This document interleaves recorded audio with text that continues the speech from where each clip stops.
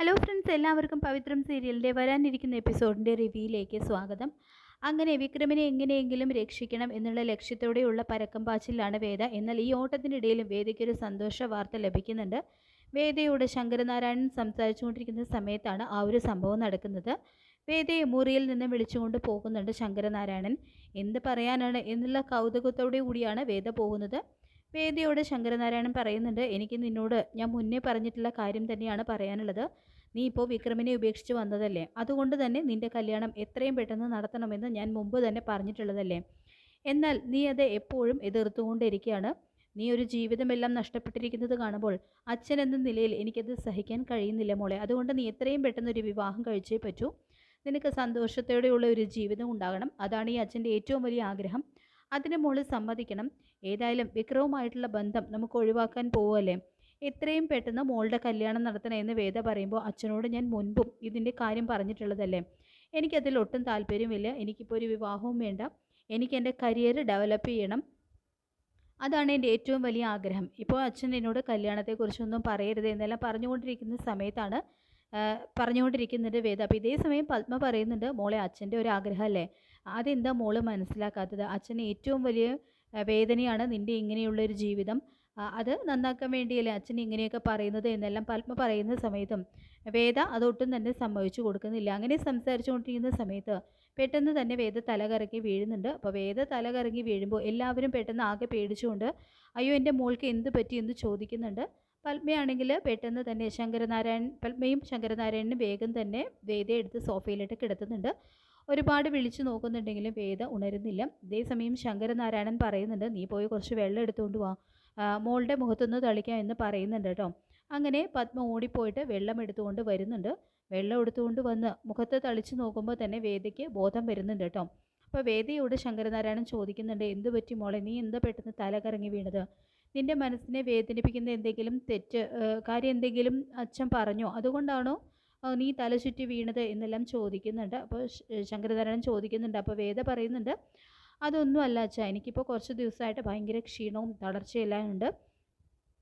എന്താണെന്ന് അറിയില്ല, ചിലപ്പോൾ ഞാൻ ഒരുപാട് ടെൻഷൻ അടിച്ചുകൊണ്ട് ഇരിക്കുകയല്ലേ, അതുകൊണ്ട് പറ്റിപ്പോയതായിരിക്കും എന്ന് പറയുന്നുണ്ട് കേട്ടോ. അപ്പോൾ പത്മ പറയുന്നുണ്ട്, കുറച്ച് ദിവസമായിട്ട് ഞാനും ഇവിടെ ശ്രദ്ധിക്കുന്നുണ്ട്, ഇവൾ ഭയങ്കര ക്ഷീണത്തിലും തളർച്ചയൊക്കെയാണ്, നമുക്ക് എങ്ങനെയെങ്കിലും മോളെ ഒന്ന് ഡോക്ടറെ കാണിക്കണമെന്ന് പറയുമ്പോൾ വേദ പറയുന്നുണ്ട്, അതൊന്നും വേണ്ടാമേ, അതിന് മാത്രമുള്ള പ്രശ്നമൊന്നും എനിക്കില്ല എന്ന് പറയുന്ന സമയത്ത് ശങ്കരനാരായണൻ പറയുന്നുണ്ട്, അതൊന്നും പറഞ്ഞാൽ പറ്റില്ല. ഡോക്ടറെ കാണാൻ പോകാൻ ബുദ്ധിമുട്ടാണെങ്കിൽ കുഴപ്പമില്ല, നമുക്ക് ഡോക്ടറെ ഇങ്ങോട്ട് വിളിക്കാം എന്ന് പറയുമ്പോൾ വേദ പറയുന്നുണ്ട്, അതിൻ്റെ ഒന്നും ആവശ്യമില്ല അച്ഛാ, എനിക്ക് കുഴപ്പമൊന്നും ഇല്ലെന്ന് പറയുമ്പോഴും ശങ്കരനാരായണൻ അത് സമ്മതിച്ചു കൊടുക്കുന്നില്ല. ഞാൻ ഏതായാലും ഡോക്ടറെ വിളിക്കാൻ പോവാണ്, മോൾ ഏതായാലും റെസ്റ്റ് എടുക്കുമെന്ന് പറഞ്ഞുകൊണ്ട് വേദയെ മുറിയിലിട്ട് പറഞ്ഞയക്കുന്നുണ്ട് കേട്ടോ. അപ്പോൾ ശങ്കരനാരായണനാണെങ്കിലും മുറിയിൽ ചെല്ലുന്നതും വിക്രം ചോദിക്കുന്നുണ്ട്, എന്ത് പറയാനാ അച്ഛൻ വിളിച്ചത് എന്ന് ചോദിക്കുമ്പോൾ, അതെന്താ എൻ്റെ കല്യാണക്കാര്യം തന്നെ, അല്ലാതെ ഇപ്പോൾ എന്ത് പറയാനെന്ന് പറയുമ്പോൾ വിക്രം ചോദിക്കുന്നുണ്ട്, എന്താ അവിടെ കുറേ ബഹളം എല്ലാം കേട്ടല്ലോ, എന്താ ഉണ്ടായതെന്ന് ചോദിക്കുമ്പോൾ വേദ പറയുന്നുണ്ട്, അത് ഞാൻ പെട്ടെന്നൊന്ന് തലചുറ്റി വീണത് എന്ന് പറയുമ്പോൾ തന്നെ വിക്രം ആകെ ടെൻഷൻ ആവുന്നുണ്ട് കേട്ടോ. നീ തലചുറ്റി വീണത് എന്ത് പറ്റി നിനക്ക്? ഇവിടുന്ന് പോകുമ്പോൾ കുഴപ്പമൊന്നും ഉണ്ടായിരുന്നില്ലല്ലോ, എന്താ പെട്ടെന്നൊരു തലചുറ്റൽ?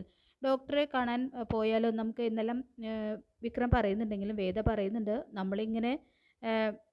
നമ്മളിപ്പോൾ എങ്ങനെ ഡോക്ടറെ കാണാൻ പോകാനാ? വിക്രം എന്തൊക്കെയാണ് പറയുന്നത്? എനിക്ക് കുഴപ്പമൊന്നുമില്ല, പിന്നെ അച്ഛൻ ഏതായാലും ഡോക്ടറെ വിളിപ്പിച്ചിട്ടുണ്ട്, കുഴപ്പമൊന്നുമില്ല ഇപ്പോൾ എന്ന് പറയുമ്പോൾ വിക്രം പറയുന്നുണ്ട്, എന്നാലും എന്താ ഇപ്പോൾ തലചുറ്റി വീഴാൻ ഉണ്ടായതെന്ന് ചോദിക്കുമ്പോൾ വേദ പറയുന്നുണ്ട്, എനിക്ക് കുഴപ്പമൊന്നുമില്ല, എന്തോ ഒരു ക്ഷീണം പറ്റിയതാണ്, പെട്ടെന്ന് തലചുറ്റിപ്പോയി, അത്ര വലിയ പ്രശ്നമൊന്നുമില്ല എന്നെല്ലാം വിക്രം എന്നോട് പറഞ്ഞുകൊണ്ടിരിക്കുന്നുണ്ട് കേട്ടോ വേദ. അപ്പോൾ ശങ്കരനാരായണൻ വേദയെ വിളിക്കുന്നുണ്ട്, മോളെ ഡോക്ടർ വന്നിട്ടുണ്ട്, നീ ഇങ്ങോട്ട് വാ എന്ന് പറയുമ്പോൾ വേദ പറയുന്നുണ്ട്, വിക്രം ഇവിടെ ഇരിക്കുക, ഞാൻ പോയിട്ട് ഡോക്ടറെ കണ്ടിട്ട് വരാം, ഒരു പ്രശ്നവും ഇല്ല, ഇതെല്ലാം അച്ഛനായിട്ട് ഉണ്ടാക്കിയതാണ് ഇപ്പോൾ ഈ ഡോക്ടറെ കാണലൊക്കെ, ഞാൻ ഏതായാലും പോയിട്ട് വരാം എന്ന് പറഞ്ഞുകൊണ്ട് വേദ വിക്രമിനോട് പറഞ്ഞിട്ട് അവിടെ നിന്നും പോകുന്നുണ്ട്. ശേഷം ഡോക്ടർ വേദയെ ഒരു ബെഡിൽ കിടത്തിക്കൊണ്ട് പരിശോധിച്ചുകൊണ്ടിരിക്കുകയാണ് കേട്ടോ. അപ്പോൾ പരിശോധിച്ചുകൊണ്ടിരിക്കെ വേദയോട് ഒരുപാട് കാര്യങ്ങളൊക്കെ ചോദിക്കുന്നുണ്ട്. എന്താ പെട്ടെന്ന് ഇങ്ങനെ തലചുറ്റാൻ എന്ന് ഡോക്ടർ ചോദിക്കുമ്പോൾ, അറിയില്ല ഡോക്ടർ, കുറച്ച് ദിവസമായിട്ട് ഒരു ക്ഷീണവും തളർച്ചയൊക്കെ ഉണ്ടെന്ന് പറയുന്നുണ്ട്. അപ്പോൾ പ്രോപ്പറായിട്ട് ഫുഡൊക്കെ കഴിക്കുന്നുണ്ടോ എന്നുള്ള ചോദ്യങ്ങളെല്ലാം ഡോക്ടർ ചോദിക്കുന്നുണ്ട്. തുടർന്ന് ഡോക്ടർ അങ്ങനെ പരിശോധിച്ചതിന് ശേഷം നമുക്കൊന്ന് പ്രഗ്നൻസി ടെസ്റ്റ് നടത്തി നോക്കാം എന്ന് പറയുമ്പോൾ വേദ പറയുന്നുണ്ട്, അതിൻ്റെ ആവശ്യമൊന്നുമില്ല എന്ന് പറയുമ്പോൾ ഡോക്ടർ പറയുന്നുണ്ട്, നമുക്കൊന്ന് ടെസ്റ്റ് ചെയ്ത് നോക്കാടോ എന്ന് പറഞ്ഞുകൊണ്ട് വേദയെ പ്രഗ്നൻസി ടെസ്റ്റ് ചെയ്ത് നോക്കുന്ന സമയത്ത് അത് പോസിറ്റീവ് ആയിരിക്കുകയാണ് കേട്ടോ. അപ്പോൾ ഇത് കേൾക്കുന്നതും വേദ ആകെ ഷോക്കായി പോകുന്നുണ്ട്. പോസിറ്റീവ് ആണെന്നോ, ഇത് എങ്ങനെ സംഭവിച്ചു ദൈവമേ, ഇനിയിപ്പോൾ അച്ഛനോടും അമ്മയോടും ഒക്കെ എന്താ പറയുക എന്നെല്ലാം പെട്ടെന്ന് തന്നെ വേദ ചിന്തിക്കുന്നുണ്ട്. ഇതേ സമയവും വേദയ്ക്ക് ഒരുപാട് സന്തോഷം തോന്നുന്നുണ്ട്. താനൊരു അമ്മയാകാൻ പോകുന്നു, വിക്രം ഒരു അച്ഛനാകാൻ പോകുന്നു എന്നുള്ള സന്തോഷം വേദയ്ക്ക് ഒരുപാട് സന്തോഷം നൽകുന്ന ഒരു കാര്യം തന്നെയാണ്.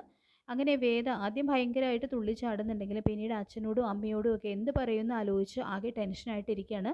ശേഷം ഡോക്ടർ പറയുന്നുണ്ട് വേറെ എങ്ങനെയാണെങ്കിലും റെസ്റ്റ് എടുക്കണം, കുറച്ച് ദിവസം കഴിഞ്ഞ് ഹോസ്പിറ്റലിലേക്ക് വരണം, സ്കാൻ ചെയ്യാൻ വേണ്ടി. ഏതായാലും നന്നായിട്ട് റെസ്റ്റ് എടുക്കുക, ഞാൻ കുറച്ച് ടാബ്ലറ്റ് എല്ലാം എഴുതി തരാം, അതെല്ലാം പ്രോപ്പറായിട്ട് കഴിക്കണം, നല്ല ഹാപ്പി ആയിട്ടിരിക്കണം, മനസ്സിനെ ഒരിക്കലും വിഷമിപ്പിക്കരുത് എന്നെല്ലാം ഡോക്ടർ പറഞ്ഞു കൊടുത്തതിന് ശേഷം ഡോക്ടർ പുറത്തേട്ട് ഇറങ്ങുമ്പോൾ തന്നെ പത്മ ഒന്ന് ചോദിക്കുന്നുണ്ട് മോൾക്ക് എന്ത് പറ്റിയതാണെന്ന് ചോദിക്കുമ്പോൾ എന്താ അവൾക്ക് ഇങ്ങനെ പെട്ടെന്ന് തല ചുറ്റാൻ എന്നെല്ലാം ചോദിക്കുന്ന സമയത്ത് ഡോക്ടർ പറയുന്നുണ്ട് ഒരു സന്തോഷ വാർത്ത പറയാനുണ്ട്. വേദ ഗർഭിണിയാണെന്ന് പറയുമ്പോൾ തന്നെ ശങ്കരനാരായണനും പത്മയൊക്കെ ആകെ ഷോക്കായിട്ട് പോകുന്നുണ്ട് കേട്ടോ.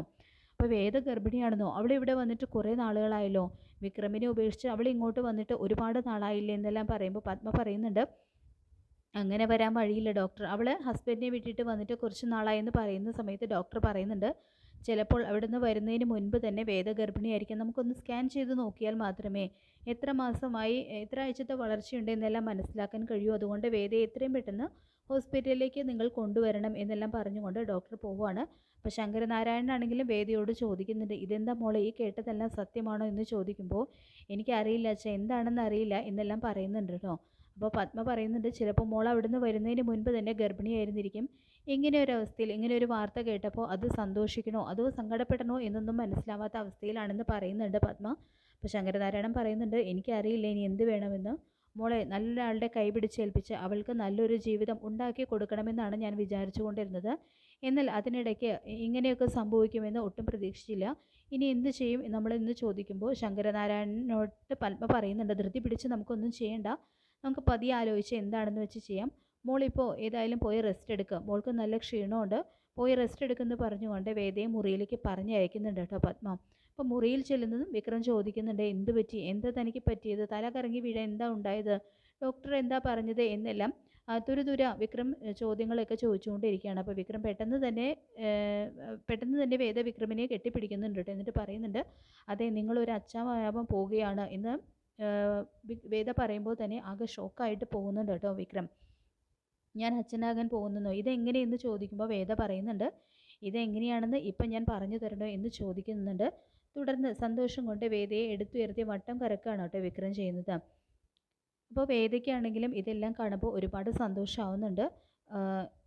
തുടർന്ന് ഞാനൊരു അച്ഛനാകാൻ പോവുകയാണ്, എനിക്കതിൻ്റെ സന്തോഷം സഹിക്കാൻ കഴിയില്ല എന്ന് പറഞ്ഞുകൊണ്ട് ഒരുപാട് ആർത്ത് ഉല്ലസിക്കുന്നുണ്ട് കേട്ടോ.